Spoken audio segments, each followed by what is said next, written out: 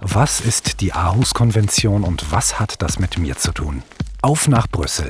Hier ist der Hauptsitz der Europäischen Union, einem Staatenverbund aus 27 europäischen Ländern. Und hier spielt sich die Europapolitik ab.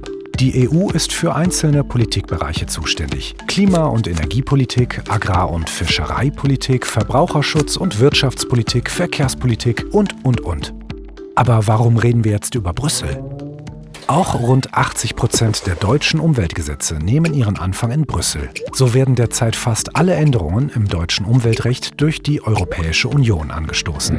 Das bedeutet, wenn du auf deutsche Umweltpolitik und deutsches Umweltrecht Einfluss nehmen möchtest, dann musst du bereits in Brüssel beginnen.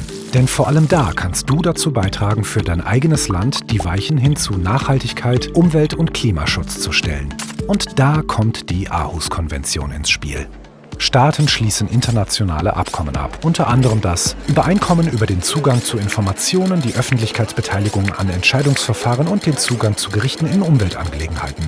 Nochmal langsam. Aarhus-Konvention.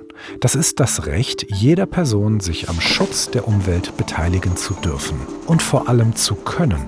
In der Aarhus-Konvention ist festgeschrieben, dass Mindeststandards etabliert werden müssen, damit du überhaupt Zugang zu Umweltinformationen bekommst, damit du, also die Öffentlichkeit, sich beteiligen kann und damit du Zugang zu Gerichtsverfahren hast, in deinem eigenen Land sowie auf europäischer Ebene. Es gibt also 3 Teile: das Recht auf Information, das Recht auf Beteiligung und das Recht zu klagen.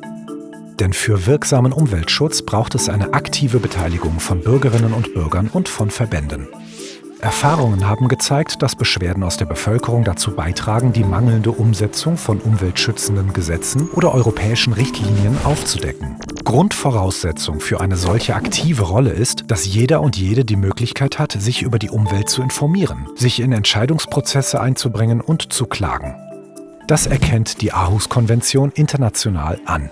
Da die EU 2005 die Aarhus-Konvention genehmigt hat, muss sie seitdem den Pflichten aus der Konvention selbst nachkommen und auch für seine Mitgliedstaaten regeln. Was es genau heißt, sich zu Umweltangelegenheiten auf EU-Ebene zu informieren, an Beteiligungsprozessen teilzunehmen oder rechtliche Schritte zu gehen, darum geht es in den nächsten Filmen.